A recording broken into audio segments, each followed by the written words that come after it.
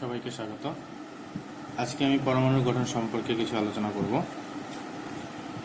পরমাণুর সর্বপ্রথম প্রাথমিক সংজ্ঞা দেন বিজ্ঞানী জন ডাল্টন। জন ডাল্টনের সংজ্ঞাটা যদিও পুরোপুরি সঠিক নয়, কিন্তু জন ডাল্টনের সংজ্ঞা থেকে এটুকু পরিষ্কার ছিল যে পরমাণু নিস্তড়িত, অর্থাৎ পরমাণুর কোনো আধান নেই, ধনাত্মক কিংবা ঋণাত্মক কোনো আধানই পরমাণুর থাকে না। তারপরে যখন থমসন বিজ্ঞানী জে থমসন যখন ইলেকট্রন আবিষ্কার করলেন, ইলেকট্রন আবিষ্কারের পরে বোঝা গেল যে পরমাণুর মধ্যে ঋণাত্মক তড়িৎধর্মী আধান আছে। সেই ঋণাত্মক তড়িৎধর্মী আধানগুলোকে থমসন নাম দিলেন নেগেট্রন। যদিও তখন পর্যন্ত ইলেকট্রন নামকরণ হয়নি, ইলেকট্রন নামকরণটা করেছিলেন বিজ্ঞানী রাদারফোর্ড। তো থমসনের পরীক্ষা থেকে ইলেকট্রন অর্থাৎ ঋণাত্মক তড়িৎগ্রস্ত আধানের সন্ধান পাওয়া গেছিল। এখন যেহেতু পরমাণু সাধারণত নিস্তড়িতই হয়, তার মানে থমসন সেখান থেকে যে কনক্লুশনটা করলেন, কনক্লুশনটা এরকম যে যেহেতু ওখানে ঋণাত্মক আধান আছে, তার মানে ওইখানে সমপরিমাণ ধনাত্মক আধানও আছে। আমি যদি ধরে নিই, যেমন ধরা গেল যে কোনো পরমাণু থেকে থমসন 12টি ঋণাত্মক আধান পেলেন।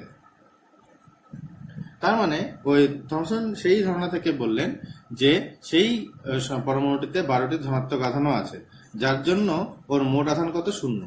এই কারণেই পরমাণু নিস্তড়িত ধর্ম দেখায়। অর্থাৎ থমসনের মতে পরমাণুতে ইলেকট্রন সংখ্যা এবং ধনাত্মক আধান সংখ্যা সমান। ধনাত্মক আধানটা তখন পর্যন্ত আবিষ্কৃত হয়নি, কিন্তু ইলেকট্রনটা আবিষ্কার করা হয়েছিল, থমসন দ্বারাই আবিষ্কৃত হয়েছিল। থমসনকে যখন পরমাণু মডেল সম্পর্কে জিজ্ঞেস করা হলো, উনি বললেন যে পরমাণু একটা স্থিতিস্থাপক গোলকের মতো, একটা বলের মতো, আর যেই গোলকের মধ্যে ঋণাত্মক আধান আর ধনাত্মক আধান কিভাবে ছড়িয়ে আছে, ধনাত্মক আধানের একটা সমুদ্রের মধ্যে ঋণাত্মক আধানগুলো আছে, যেমন করে তরমুজের ভিতরে তরমুজের বীজগুলো থাকে, ঠিক সেইভাবে ঋণাত্মক আধানগুলো আছে। ওয়াটারমেলন মডেল বলা হয় এটাকে। তো এখানে অর্থাৎ ধনাত্মক আধান আর ঋণাত্মক আধান বিক্ষিপ্তভাবে ঋণাত্মক আধান এবং ধনাত্মক আধান ছড়ানো। যদিও এই ওয়াটারমেলন মডেলটা একদমই ঠিক নয়। পরবর্তীতে এই মডেলের কারেকশন করেন বিজ্ঞানী রাদারফোর্ড। তো থমসনের মডেলটা এরকম ছিল।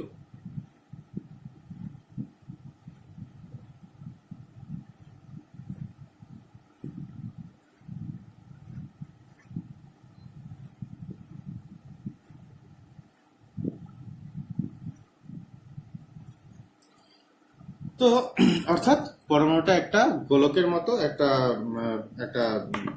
তুমি বল ধরতে পারো, একটা বলের মতো, এবং ওই বলের মধ্যে ঋণাত্মক আধান এবং ধনাত্মক আধানগুলো বিক্ষিপ্তভাবে ছড়িয়ে আছে। তারপর 1907-এ রাদারফোর্ড একটা বিখ্যাত পরীক্ষা করলেন। সেই পরীক্ষার নাম রাদারফোর্ডের আলফা কণা বিক্ষেপণ পরীক্ষা। আলফা কণা বিক্ষেপণ পরীক্ষা থেকে রাদারফোর্ড পরমাণুর কেন্দ্রের যে কোনো মৌলেরই হোক, রাদারফোর্ড প্রধানত এই পরীক্ষাটা করেছিলেন সোনার পাত দিয়ে, সোনার পরমাণু দিয়ে। কিন্তু যে কোনো পরমাণুর ক্ষেত্রে দেখা যায় যে যে কোনো পরমাণুর কেন্দ্রে একটা ঘন সন্নিবিষ্ট জায়গা থাকে, যেই ঘন সন্নিবিষ্ট জায়গা থেকে আলফা কণার বিক্ষেপণটা হয়। অর্থাৎ অন্যভাবে বলতে গেলে ওই ঘন সন্নিবিষ্ট জায়গাটিকে আলফা কণা ভেদ করতে পারে না। সেই জায়গাটার আকার কত? রাদারফোর্ডের পরীক্ষা থেকে দেখা গেল যে পুরো পরমাণুটা, এখন রাদারফোর্ডের মডেলে আসি, পুরো পরমাণুটার ব্যাসার্ধর মাত্রা মোটামুটি এইরকম 10⁻⁻10 মিটারের মতো। রাদারফোর্ড যেই ঘন সন্নিবিষ্ট জায়গার কথা বলছিলেন, যেখান থেকে আলফা কণার বিক্ষেপণ হচ্ছে, ওই জায়গাটার সাইজ মোটামুটি 10⁻⁻14 মিটারের মতো। অর্থাৎ ওই জায়গা থেকে, ওই ঘন সন্নিবিষ্ট জায়গাটি থেকে পুরো জায়গাটির তুলনায় পুরো পরমাণুটা কত গুণ বড়? 10⁻⁴ গুণ বড় পরমাণুটা। পরমাণুটা ওই ঘন সন্নিবিষ্ট জায়গাটি থেকে মোটামুটি 10⁴ গুণ বড়। 10⁴ গুণ বড়টাকে তুমি কিভাবে চিন্তা করবে, কিভাবে ধারণাটা আনবে? ধরো তুমি একটা 12 ফুট বাই 12 ফুট একটা ঘরে আছো। সেই ঘরটা যদি পরমাণুর সাইজ হয়, তাহলে ওই ঘন সন্নিবিষ্ট জায়গাটার সাইজ হবে ওই ঘরের মধ্যে থাকা কোনো একটা বালির কণার মতো। বুঝতেই পারছো যে ওই জায়গাটা কতটা ছোট। এই জায়গাটাকে রাদারফোর্ড নাম দিলেন নিউক্লিয়াস। আশা করি তোমরা জানো এই জায়গাটাকে রাদারফোর্ড নাম দিলেন নিউক্লিয়াস। রাদারফোর্ড সেই পরীক্ষা থেকে বুঝতে পারলেন যে নিউক্লিয়াসে সমস্ত ধনাত্মক আধানগুলো থাকে। অর্থাৎ আমি যদি পরমাণুটাকে একটু ভালোভাবে আঁকি রাদারফোর্ডের মডেলের মতো, পরমাণুটা অবশ্যই গোলাকার ধরা হয়েছিল, রাদারফোর্ড পরমাণুটাকে গোলাকারই ধরেছিলেন। আর মাঝখানে নিউক্লিয়াসটা আছে, অনেকটাই বড় করে আঁকছি, এতটা বড় হয় না। যেটা আমি বললাম যে একটা 12 × 12 ঘরে একটা বালির কণার মতো সাইজের হয় একটা নিউক্লিয়াস। এখানে সমস্ত ধনাত্মক আধানগুলো আছে। তো এই ধনাত্মক আধানগুলো, আর জেনারেলি যেটা আমি আগেই বলছিলাম যে ডাল্টনের কথা তো একদিকে ঠিক ছিল যে পরমাণু নিস্তড়িত। পরমাণু নিস্তড়িত হওয়ার মানেটা হচ্ছে তার মানে এখানে যতগুলো ধনাত্মক আধান আছে ততগুলো ঋণাত্মক আধান অর্থাৎ ইলেকট্রন আছে। এখন ইলেকট্রনগুলো কোথায় আছে? রাদারফোর্ড বললেন যে নিউক্লিয়াসটা ধনাত্মক আধানের হয়, নিউক্লিয়াস সমস্ত ধনাত্মক আধানগুলো নিউক্লিয়াসের মধ্যেই থাকে, এবং সেই নিউক্লিয়াসের চারিদিকে বিভিন্ন কক্ষপথে, প্রত্যেকটা কক্ষপথে বৃত্তাকার বা গোলাকার ধরেছিলেন রাদারফোর্ড, বিভিন্ন বৃত্তাকার কক্ষপথে ইলেকট্রনগুলো ঘুরতে থাকে, বিভিন্ন কক্ষপথে ইলেকট্রনগুলো ঘুরতে থাকে। তখন রাদারফোর্ডকে প্রশ্ন করা হলো যে কোন কক্ষপথে কয়টা ইলেকট্রন থাকে। সেই প্রশ্নের কোনো সম্যক উত্তর রাদারফোর্ড দিতে পারেননি। সেই প্রশ্নের উত্তর দিলেন বিজ্ঞানী নিলস বোর কোয়ান্টাম তত্ত্বের সাহায্যে। তো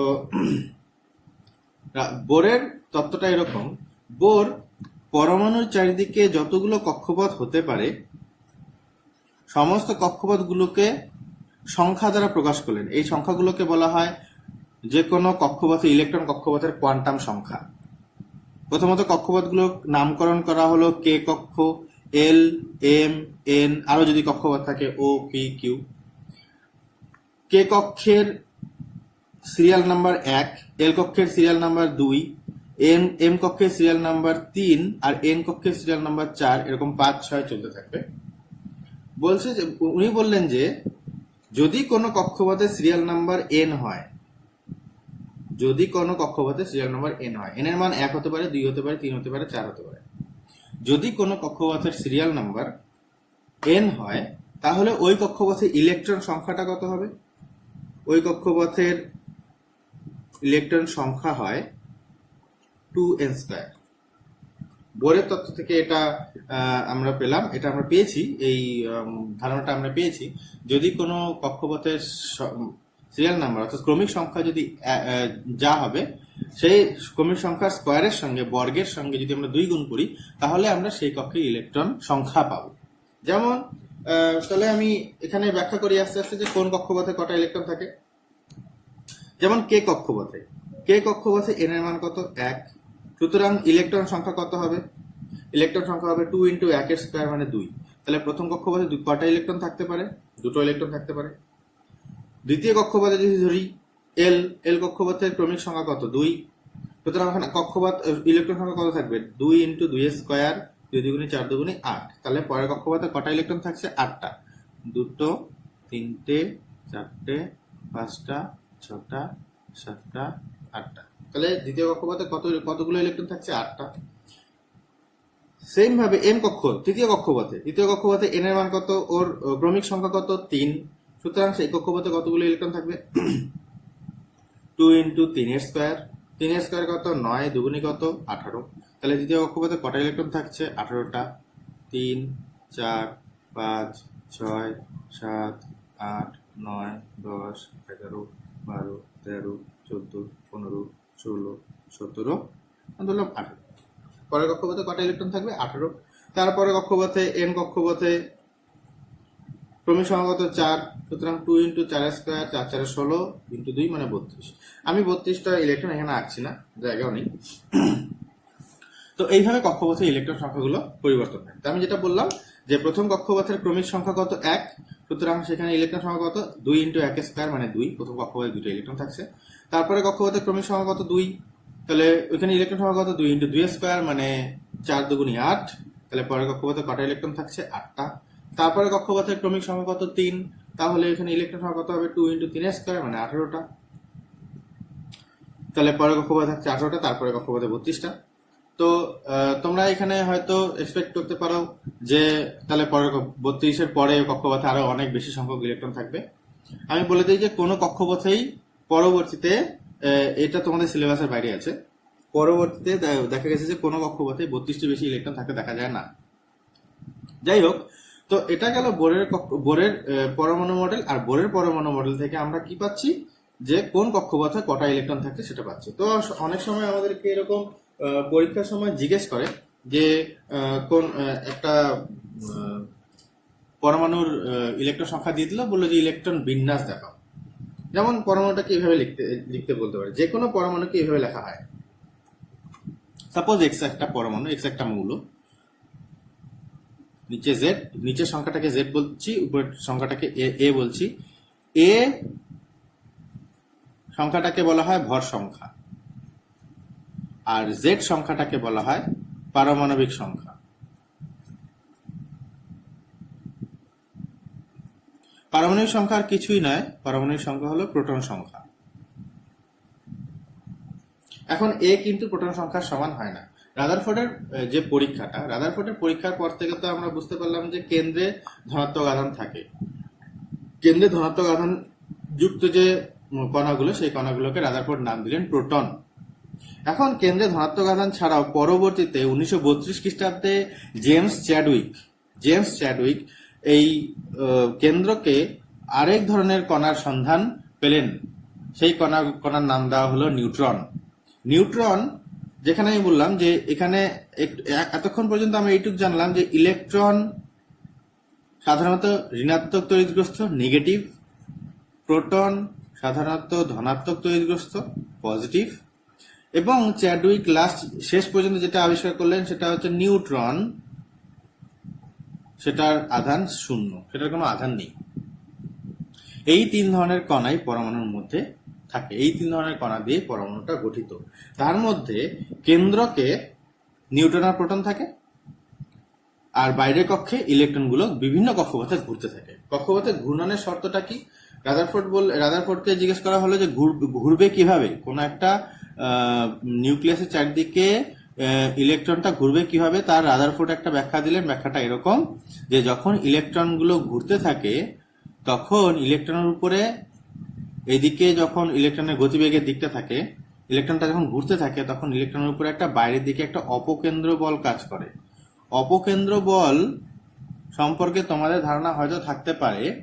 ধরো তুমি কোনো গাড়িতে করে যাচ্ছ রাস্তা দিয়ে, গাড়িটা কোনো একটা বৃত্তাকার পথে বাঁক নিল, তখন দেখবে তোমরা জানলার দিকে সরে যাও। এই বলটাকে বলা হয় অপকেন্দ্র বল। অর্থাৎ জানলার দিকে সরে যাওয়া মানে এটা কি? তার মানে তোমরা যখন বাঁক নিচ্ছ তখন এই অপকেন্দ্র বলটা আমাদেরকে বাইরে ছিটকে দেওয়ার চেষ্টা করছে। হ্যাঁ, গাড়ির জানলা ভেঙে তোমরা বেরিয়ে যাও না, কারণ গাড়ির জানলাটা যথেষ্ট শক্ত হয়।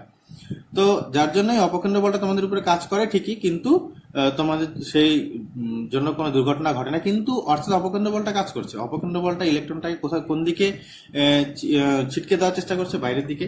আর আমরা জানি ইলেকট্রনটা ঋণাত্মক আধান আর নিউক্লিয়াসটা হচ্ছে ধনাত্মক আধান।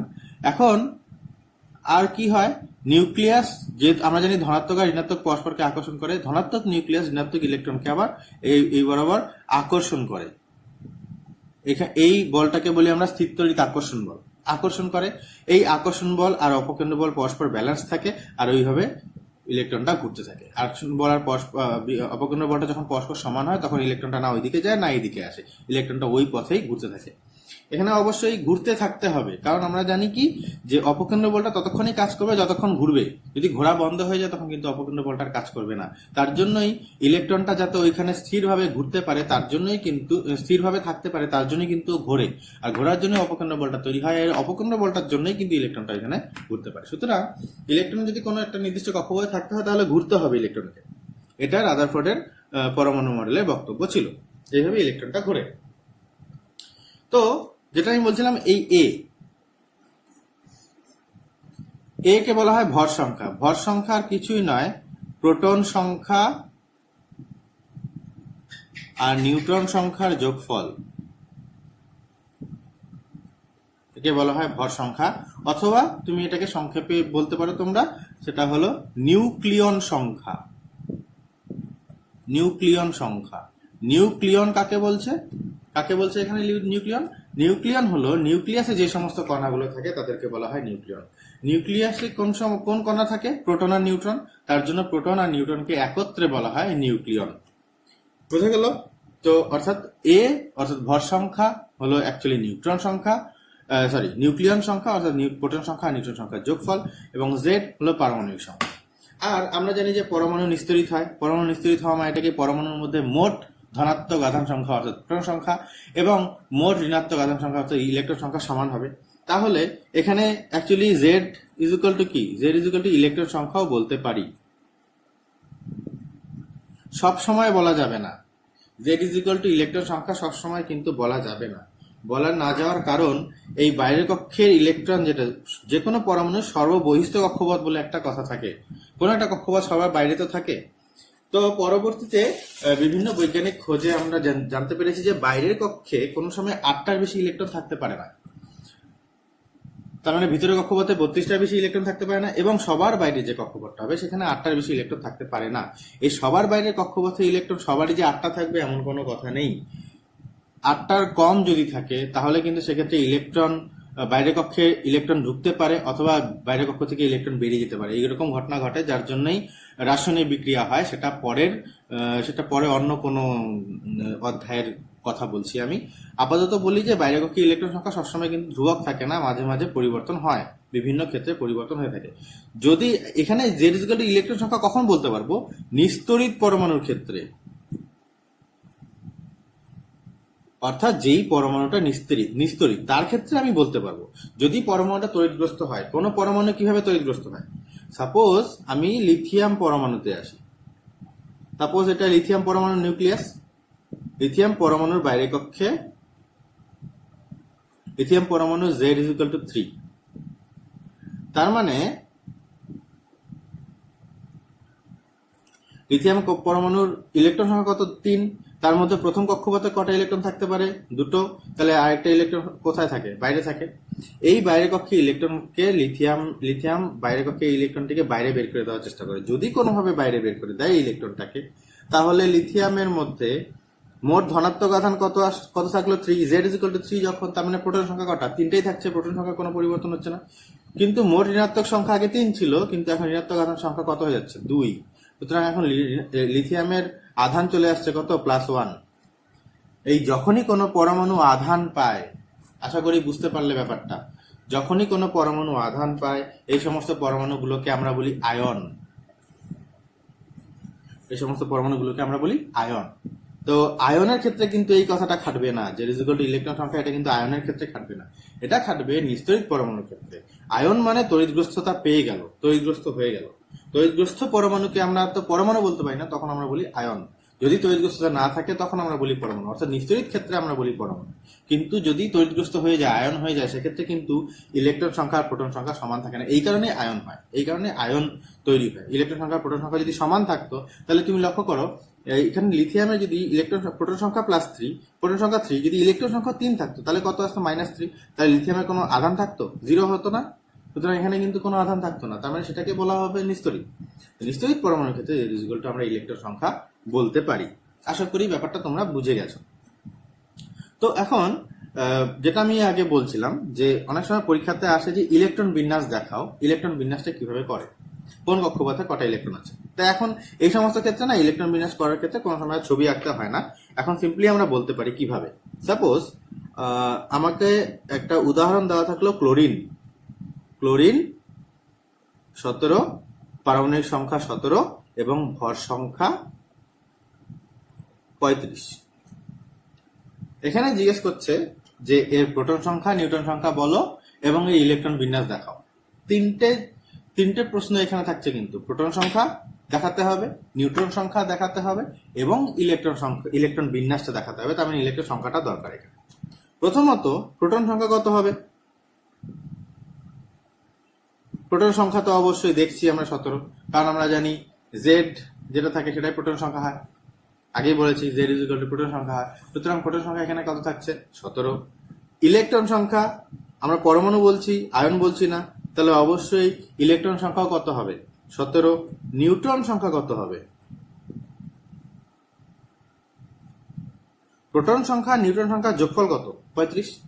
তাহলে এই 35-এর থেকে যদি আমরা প্রোটন সংখ্যা বাদ দিয়ে দিই তাহলে আমরা নিউট্রন সংখ্যা পাবো। ব্যাপারটা বোঝা গেল?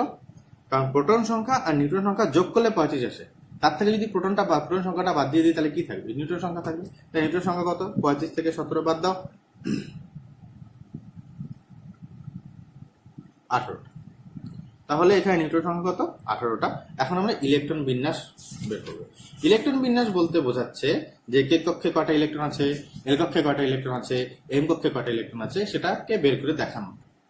তো যেটা আমি আবার বলি, ক্লোরিন 17, 35, এখানে 17টাই দরকার, কারণ ইলেকট্রন কয়টা আছে? 17টা। কে কক্ষপথে সর্বোচ্চ কয়টা ইলেকট্রন থাকতে পারে? 2টো। এল কক্ষে কয়টা ইলেকট্রন থাকতে পারে? সর্বোচ্চ 8টা। 8 আর 2 কত হলো? 10টা। বাকি কটা থাকছে? 7টা। এখন এম কক্ষে সর্বোচ্চ কয়টা ইলেকট্রন থাকতে পারে? এম কক্ষে সর্বোচ্চ থাকতে পারে 18টা ইলেকট্রন, কিন্তু এখানে কয়টা আছে? বাকি 7টা। সুতরাং এম কক্ষে বাকি 7টা ঢুকে যাবে। এটা গেল এর ইলেকট্রন বিন্যাস।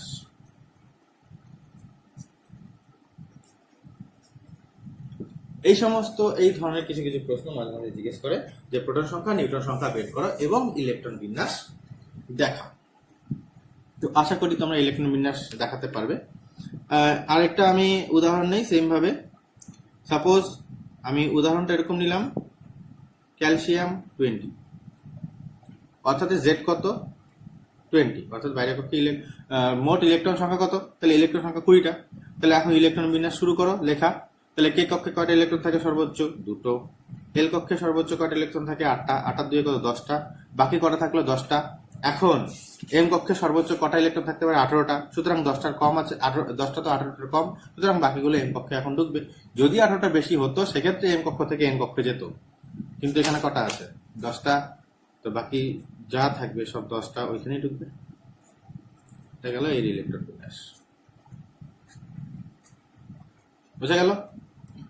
এখন ক্যালসিয়ামের সাধারণত 20-40 হয়। তাহলে এখানে নিউট্রন সংখ্যা কত আসছে? নিউট্রন সংখ্যা 40 - 20। তো দেখা গেল যে এখানে নিউট্রন সংখ্যা প্রোটন সংখ্যা কিন্তু সমান, প্রোটন সংখ্যা নিউট্রন সংখ্যা কিন্তু সমান, কিন্তু এখানে আবার প্রোটন সংখ্যা এবং নিউট্রন সংখ্যা সমান ছিল না। তো প্রোটন সংখ্যার সঙ্গে সবসময় কিন্তু নিউট্রন সংখ্যা যে সমান থাকবে তা না, কিন্তু নিস্তড়িত পরমাণুর ক্ষেত্রে প্রোটন সংখ্যা এবং ইলেকট্রন সংখ্যা সবসময় সমান থাকবে। বোঝা গেল? আশা করি বোঝা গেল কথাটা। তো এখন আমরা যেহেতু আমরা ইলেকট্রন বিন্যাস সম্বন্ধে জানলাম, এখন আমরা একটু নিউক্লিয়াসের আলোচনাটা করি।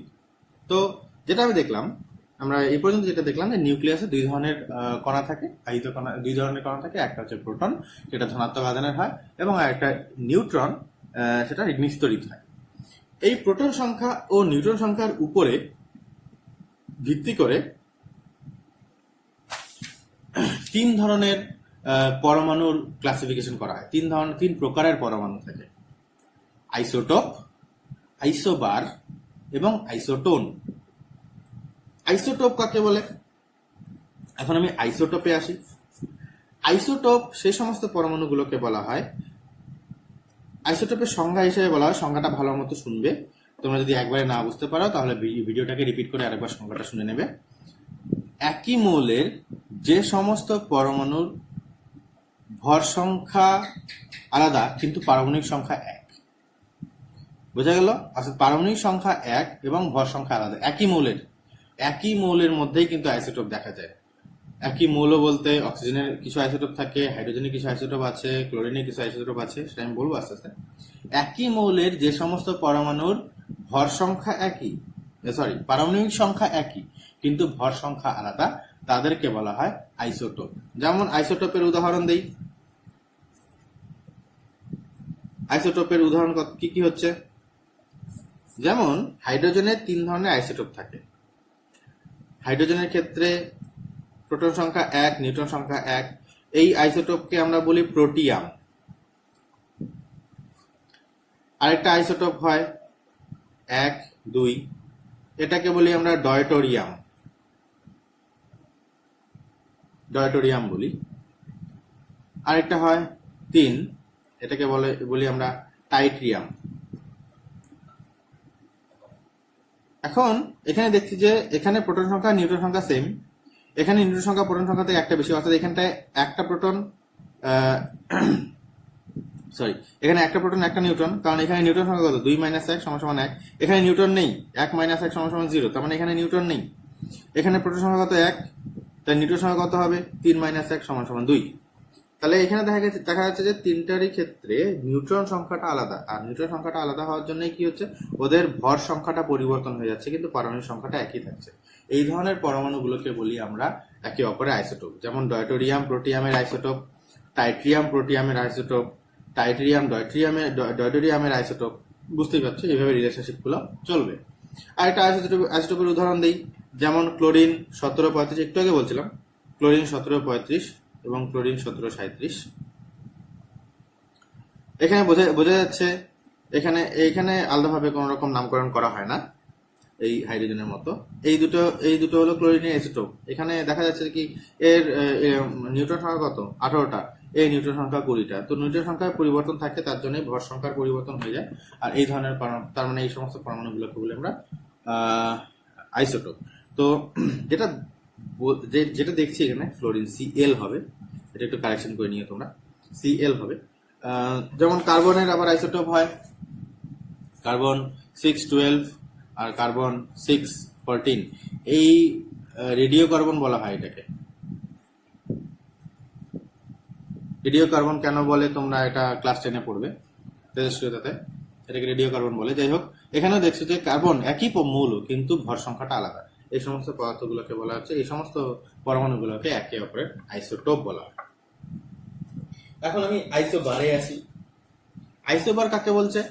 যখন দুটি ভিন্ন মৌলের, আমি আবার বলি, আইসোবার কাদেরকে বলা হয়? ভিন্ন মৌলের দুটি পরমাণুর যদি ভর সংখ্যা একই থাকে কিন্তু পারমাণবিক সংখ্যা আলাদা হয়। বোঝা গেল কি বললাম? ভর সংখ্যা একই কিন্তু পারমাণবিক সংখ্যা আলাদা, এদেরকে বলা হয় একে অপরের আইসোবার। তো একটা উদাহরণ দিয়ে আইসোবারটাকে বোঝানো হোক। যেমন আইসোবারের একটা উদাহরণ এরকম হতে পারে, আর্গন 1840 এবং ক্যালসিয়াম 2040। লক্ষ্য করো, এখানে আর্গন আর ক্যালসিয়াম দুটোরই কিন্তু ভর সংখ্যা একই কিন্তু পারমাণবিক সংখ্যা আলাদা, অবশ্যই নিউট্রন সংখ্যার তারতম্যের জন্য। তো এই সময় এটা কিন্তু দুটো ভিন্ন মৌল, একটা আর্গনের আর একটা ক্যালসিয়াম। সুতরাং দুটো ভিন্ন মৌল, কিন্তু ভিন্ন মৌল দুটোরই ভর সংখ্যা সেম আছে। এখানে আমরা বলি, পারমাণবিক ভাষায় এই কথাটা বলি, পরে আমরা যখন মোল পড়বো, মোলের ধারণা পড়বো, তখন আমরা বুঝতে পারবো যে যখন কোনো দুটি পরমাণু যদি ভর সংখ্যা সেম থাকে, তাহলে পরমাণু দুটোর ভর সেম হয়। তার জন্য কি হয়, এ দুজনে কিন্তু ভর সেম, কিন্তু ভর একই, দুজনেরই ভর একই, কিন্তু দুজনে আলাদা আলাদা পরমাণুতে আলাদা আলাদা পদার্থতে বিলং করে।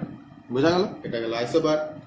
এখন আসি আমি আইসোটোনে, যেটা আমি বলছিলাম শেষ প্রকারভেদটা ছিল আইসোটোন। আইসোটোন কাকে বলা হয়?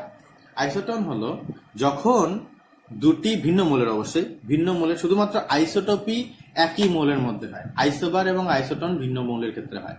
ভিন্ন মৌলের দুটি পরমাণুর যদি নিউট্রন সংখ্যা সেম থাকে, অর্থাৎ ভর সংখ্যাও সেম না, পারমাণবিক সংখ্যাও সেম না, কিন্তু নিউট্রন সংখ্যা সেম, এই সমস্ত পদার্থগুলোকে বলা হয়, এই সমস্ত পরমাণুগুলোকে বলা হয় একে অপরের আইসোটোন। যেমন একে অপরের আইসোটোনের একটা উদাহরণ কি হতে পারে? যেমন ক্যালসিয়াম 2040, আর দেখো এখানে একটু আগে করেছিলাম ক্লোরিন 1737। দেখো দুজনের ভর সংখ্যা পারমাণবিক সংখ্যা কোনোটাই একই নয়, কিন্তু দুটোরই নিউট্রন সংখ্যা বের করতে চাও। নিউট্রন সংখ্যা মানে এটা কি? এটার থেকে নিউট্রন সংখ্যা কিভাবে বের করি? আমরা এই ভর সংখ্যা থেকে পারমাণবিক সংখ্যা বাদ দিয়ে দিই, নিউট্রন সংখ্যা বেরিয়ে যায়। এখানে ভর সংখ্যা আর পারমাণবিক সংখ্যা বাদ দিলে এখানে নিউট্রন সংখ্যা কত? 20। এখানে যদি আমরা ভর সংখ্যা আর পারমাণবিক সংখ্যা বাদ দেই, তাহলে দেখো এখানে আসছে 20। দুটোরই নিউট্রন সংখ্যা কি? সমান, এই ধরনের পরমাণুগুলোকে একে অপরের আইসোটোন বলা হয়। তো বোঝা গেল আইসোটোপ, আইসোবার এবং আইসোটোনের মধ্যে তফাৎটা কোথায়। আশা করি তোমরা ভালো মতোই বুঝতে পেরে গেছো যে আইসোটোপ, আইসোবার এবং আইসোটোনের মধ্যে তফাৎটা কোথায়। এখন এখানে একটা প্রশ্ন মাঝে মাঝে আসতে দেখা যায়। প্রশ্নটা এরকম যে অনেক সময় জিজ্ঞেস করে যে ভর সংখ্যার তুলনায় পারমাণবিক সংখ্যাকে মৌলের স্বকীয় ধর্ম বলা হয় কেন? স্বকীয় ধর্ম মানে নিজস্ব ধর্ম, অর্থাৎ যেই ধর্মের সাহায্যে ওর নিজস্বতা মানে ওই পরমাণুটার নিজস্ব ধর্ম ওই সংখ্যাটা দিয়ে কিভাবে প্রকাশ, কোন সংখ্যাটা দিয়ে প্রকাশ করা সম্ভব, অর্থাৎ স্বকীয় ধর্ম কোনটা, ভর সংখ্যা না পারমাণবিক সংখ্যা।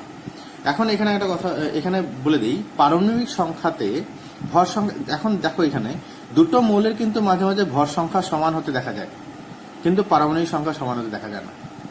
এখানে লক্ষ্য করতে পারছো ব্যাপারটা। আর পারমাণবিক সংখ্যার উপর কি নির্ভর করে? ইলেকট্রন সংখ্যা নির্ভর করে।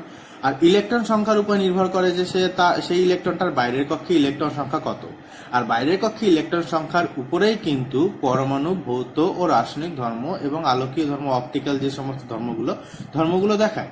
তার মানে দেখা যাচ্ছে যে ভৌত ও রাসায়নিক ধর্ম অর্থাৎ বস্তু, ওই পদার্থটা, সেটা পদার্থটা আর্গন না ক্যালসিয়াম না কার্বন না ক্লোরিন না হাইড্রোজেন, সেই পদার্থটাই কিনা, সেই পদার্থটার ধর্মটা কিসের দ্বারা নির্ধারিত হয়? ইলেকট্রন সংখ্যা দ্বারা। আর ইলেকট্রন সংখ্যাটা কিসের দ্বারা নির্ধারিত হয়? প্রোটন সংখ্যা দ্বারা। তাহলে আমরা বুঝতে পারছি যে এখানে অর্থাৎ এখান থেকে এটাই বোঝা গেল যে পারমাণবিক সংখ্যার সাহায্যে কিন্তু ইলেকট্রন সংখ্যার ধারণা পাওয়া সম্ভব। অর্থাৎ সেক্ষেত্রে মৌলটা কি, অর্থাৎ মৌলের সক্রিয় ধর্মটা কিন্তু একমাত্র পারমাণবিক সংখ্যা দ্বারাই মাপা সম্ভব। যেমন এখানটায় 18 আর 20 দিয়ে বোঝানো হচ্ছে যে 18টা আর্গনের এবং 20টা ক্যালসিয়ামের। কিন্তু যদি আমি 40-40 বলতাম তাহলে কিন্তু আমি বুঝতে পারতাম না যে আমি কার কথা বলছি, আর্গনের কথা বলছি না ক্যালসিয়ামের কথা বলছি। তার জন্য এই সমস্ত কারণে মাঝে মাঝে এই প্রশ্নটা জিজ্ঞেস করে যে কোনটা বেশি সক্রিয় ধর্ম, অর্থাৎ ভর সংখ্যা না পারমাণবিক সংখ্যা। তো উত্তরটা হবে পারমাণবিক সংখ্যায় মৌলের সক্রিয় ধর্ম হবে। তার লজিকটা কি হবে? কারণ পারমাণবিক সংখ্যার সাহায্যে আমরা ইলেকট্রন সংখ্যা বুঝতে পারি, আর ইলেকট্রন সংখ্যার দ্বারাই ওর রাসায়নিক ধর্ম, ভৌত রাসায়নিক ধর্মটা নির্ধারিত হয়। আর ভৌত রাসায়নিক ধর্মের মাধ্যমেই যেহেতু আমরা কোনো পদার্থের শনাক্তকরণ করি, তাহলে অবশ্যই ইলেকট্রন সংখ্যাটাই ওর শনাক্তকারী ধর্ম, অর্থাৎ ইলেকট্রন সংখ্যা বলতে প্রোটন সংখ্যাটাই ওর শনাক্তকারী ধর্ম, যার জন্যই সক্রিয় ধর্ম, যার জন্যই পারমাণবিক সংখ্যাকে মৌলের সক্রিয় ধর্ম বলা হয়। এখন অনেক সময় এটা তোমার মাথায় আসতে পারে, আমি একটু আগে জিজ্ঞেস করে এখানে বলছিলাম যে এখানে আয়নে পরিণত হয়। প্রশ্নটা হলো আয়নে কেন পরিণত হয়? আয়নে পরিণত হওয়ার কারণ হলো যে কোনো পদার্থ ওর বাইরের কক্ষে, যে কোনো পদার্থের পরমাণু ওর বাইরের কক্ষে 2টি কিংবা 8টি ইলেকট্রন মিলানোর, যাতে বাইরের কক্ষে 2টো কিংবা 8টি ইলেকট্রন থাকে, সেই অবস্থায় আসার চেষ্টা করে।